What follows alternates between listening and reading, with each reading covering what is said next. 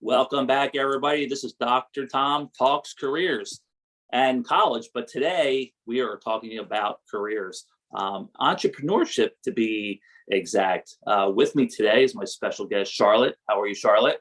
Hi, good. Thanks for having me. Good. Guernsey is her last name. I wanted to make sure I got it correct. And Yep. Cheryl, what drew me to you, we met not too long ago on social media. You had this key phrase that I want you to elaborate on. And you say use design and insight to achieve financial freedom through real estate and more. Now you have a lot of things going on, but stick with me for a second. Elaborate on that statement.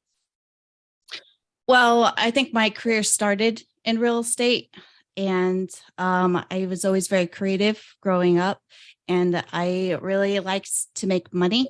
I thought money was a way to be financially free. For some reason, I felt like having money gave me control. So even at a very young age, collecting money, counting my money would make me feel better. So it was just a way of kind of getting ahead. Yeah. So, Let me ask you about that. Is that a personality trait when people are not concerned or focused on money or something else? Is it something that one feels control over, maybe that they can, monetize? I don't know where it came from. Neither of my parents were entrepreneurs. My mom was a teacher. My dad worked for IBM. But I just felt like if I had control over this, then I could be financially free. And that's what it was about. I wanted to be creative. I didn't want to have to go to something every day. So even though I was always good in art, and that's where I started, I ended up going to art school first. And then I got into real estate right after college, and it all kind of clicked there. I didn't want to be a starving artist, and I didn't really know how to put those wheels together being a young adult, but I knew I wanted to do more. And it wasn't until, my sister was buying a house, I kind of helped her. I tagged along really with her buying real estate one day. And I was like, wow, this is really, I totally see what you should buy and why, and what the potential is, and how you could make a lot of money doing this. So I immediately went back home from living in Providence and got my real estate license and started there. And then from there, I learned how to get into investing myself. And that was kind of the base of everything I've been able to do from that point. But it really started in my childhood, because it was the building blocks of kind of that seed of financial freedom. Can I ask what age in or about that was where that light bulb went off, or you knew that real estate was, there was value in that?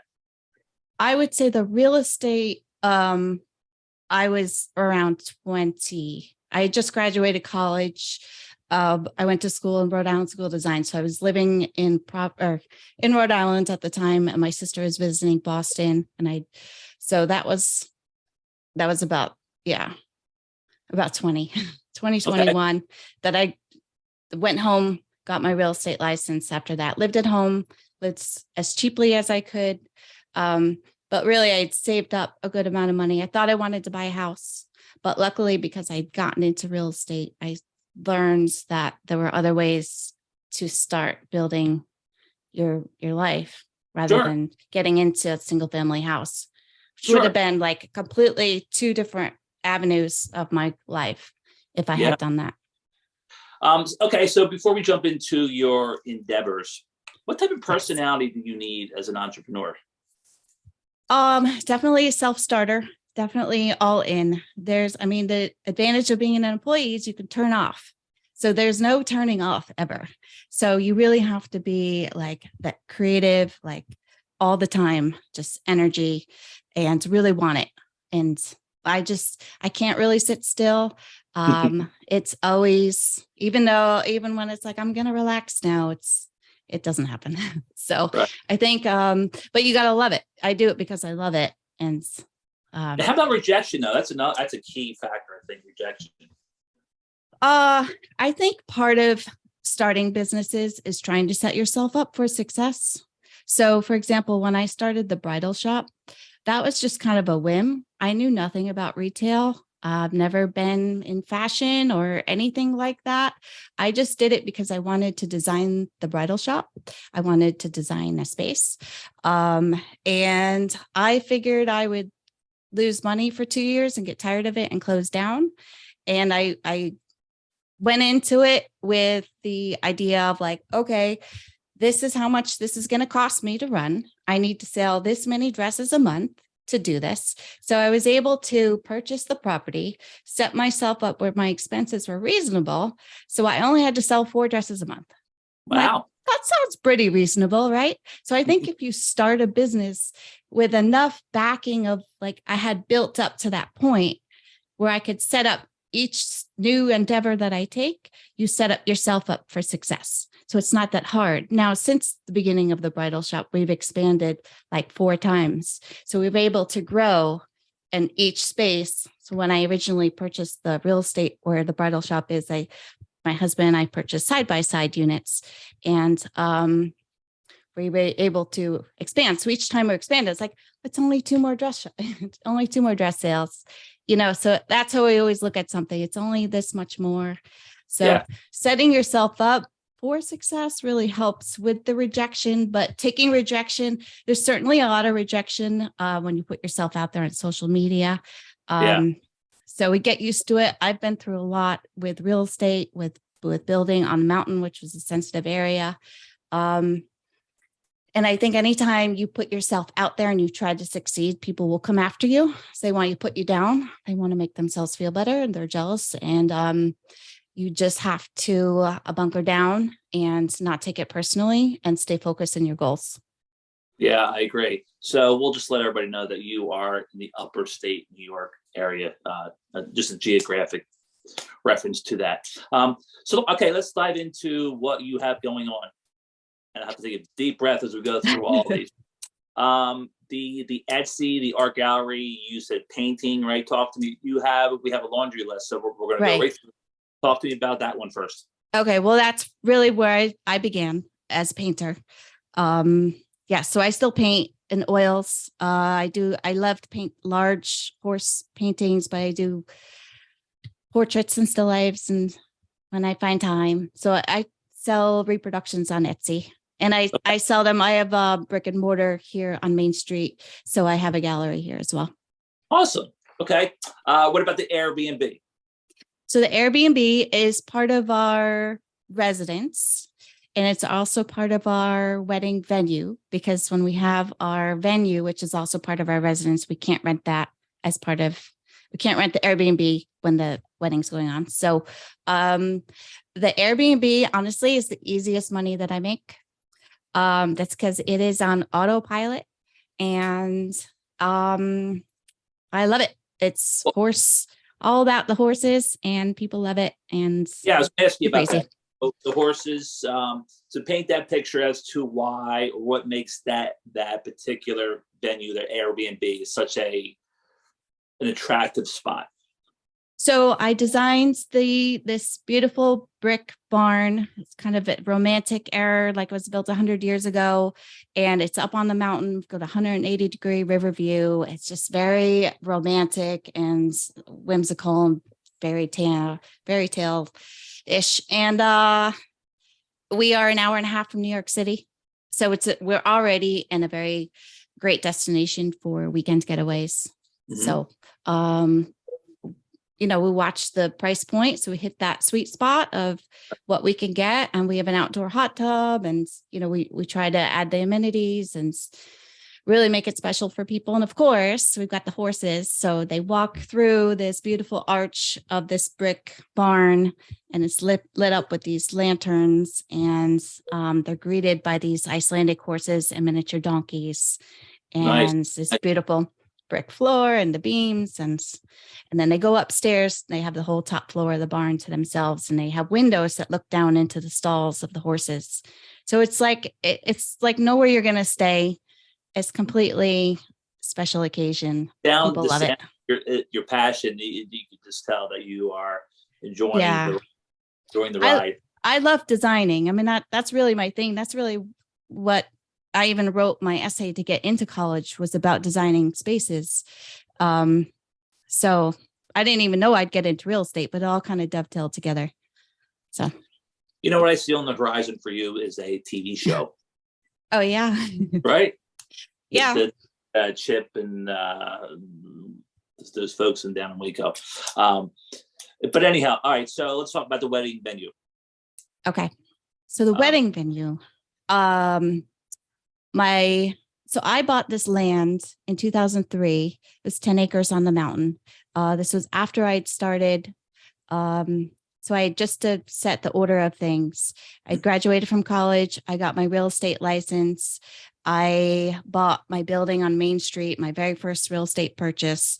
I then got my broker's license, opened my own real estate company. Then I started purchasing real estate, as we go, because I was doing well in real estate. And then I met my boyfriend. Then I bought this land. No, I bought the land on the mountain. And then I met my boyfriend. We got married up there. And we lived up there in a tent and moved out of the apartment that I lived in the building, and then got the money from the rental in the apartment to pay for building a pole barn. So we're always rolling that income to the next project. And because we got married up there, I really wanted to share it with other people. So I was able to get a permit from the town to do weddings up there. So it's kind of a seasonal. We do spring and fall, and it's a micro, so it's 50 and under. And it's all about I just wanted to do something that was so beautiful for other people. I paint landscapes, so everything is always about seeing what pictures are going to be like, and the images of these beautiful things. You have a vision. Yeah. Right. And every day is different. By the you said 50 and micro. Yeah. So micro wedding. So small weddings, which, Okay. Now that after COVID, it's popular. People actually see micro weddings actually kind of great, because you don't have all these people that you don't really talk to or ever see again. You can spend more money on yourself. Yes. And on things like great video and great photographers and a really nice dress and a ring. And so right. It's actually really great. Yeah. Okay. So they stay there. And that's cool. That's right. Cool. Yeah. And you did talk about the bradle boutique, so everything is intertwined. The bridal shop was really a spin-off. So we had the venue started in 2008, and the bridal shop was, we had a dress company reach out to do a shoot at our venue, and I just for the opportunity, I said sure, and they were there for 3 days straight shooting. And then I had actually, in my real estate world, I sold this gigantic 30,000 square foot industrial building, and we were reselling the condos, and I was showing it one day and I was selling it. And during the showing, I was like, wow, I should buy it. I was like, wow, not only should I buy this would be a really great bridal shop, because there's none around that are really nice. And I could totally see, I knew exactly how I wanted to do it right then and there, even though it was boarded up and dark. And I didn't want to run it because I didn't know anything about it, but I knew I wanted to design it. And so I made it happen, set up a tenant, very last minute, tenant backed out. And these are the things you're going to be stuck with, right? Things don't always go the way you plan them to. So because I had done this shoot for free, you never know how these things are going to help you in the future. I called up, this is the president of probably Justin Alexander Company, probably the largest dress company, maybe in the world. And he was like, you should totally do it. This is how it works. Come down to New York. It was like 2 weeks before New York Bridal Fashion Week. And they rolled out the red carpet, and they were just so great. And wow. Next thing you know, they convinced me, and I carry all their lines. I'm like their second biggest flagship store in the Northeast. Wow. And they're taking me to Barcelona next month. So wow. Congratulations. So there you go. But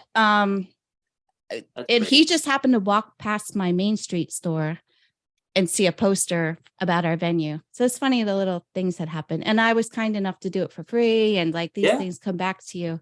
Absolutely. But the bridal shop, it was inspired from the venue. So it's all of a horse equestrian bridal shop, that barn chic.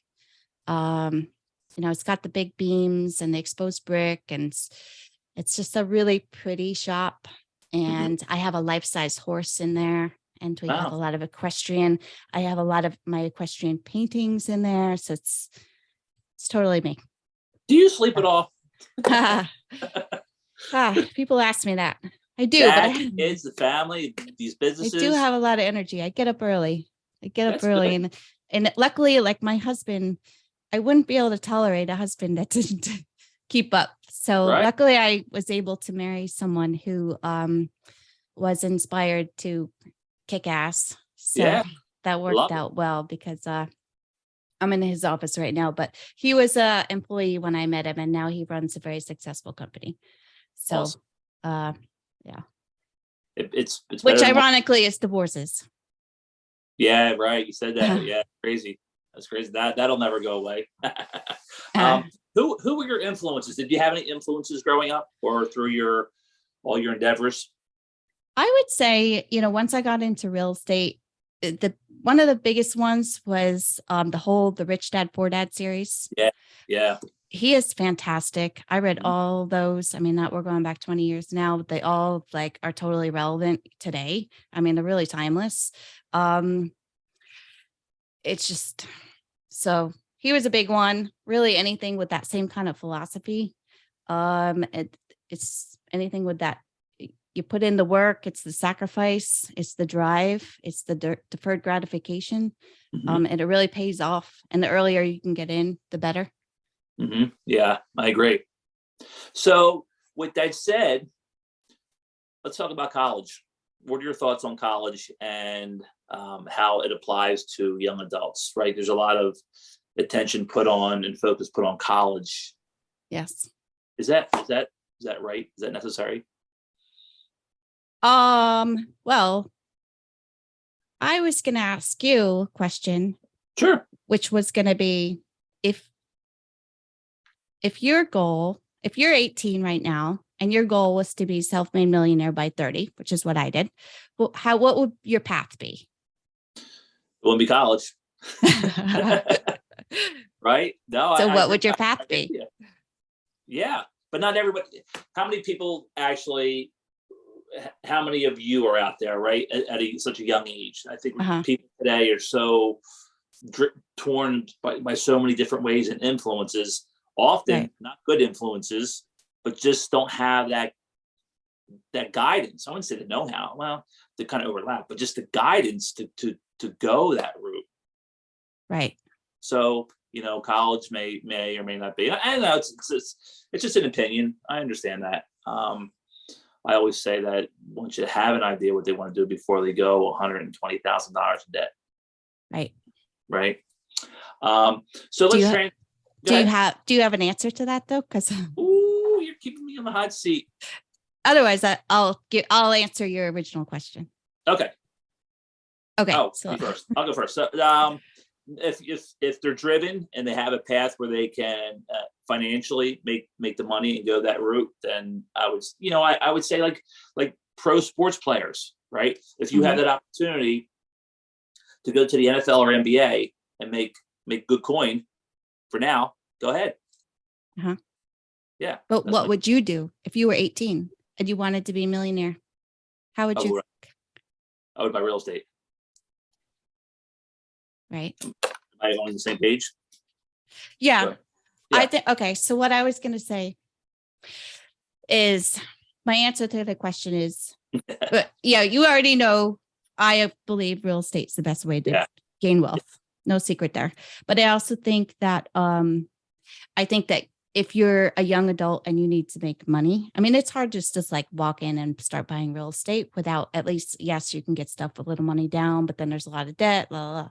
So I think getting into a position that's in sales allows a young adult to really hustle and you can make good money back in sales. So being in real estate, I've seen people with no education hustle their butt off Kill it. and Yeah. and out earn the attorneys, you know, Yeah. in my husband's office. Well, so So, give me an and example. Give me a couple of examples of strong sales markets out there. so real estate, for Yep. example. And I think like insurance, I've seen some friends who do really well in insurance sales. the lending department as well.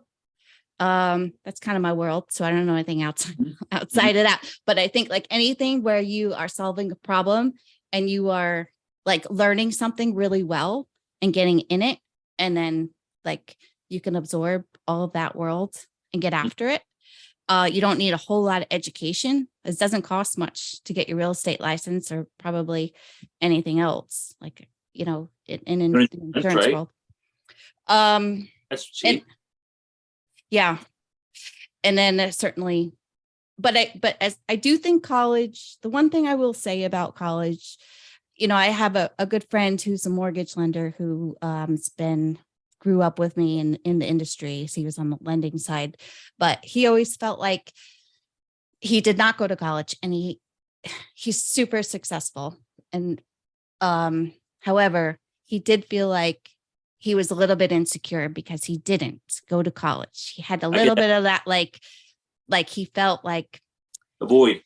yeah, yeah. So I think there's a little bit of that. I think going to college does give you some confidence. It does put you in some circles that you wouldn't normally have been in.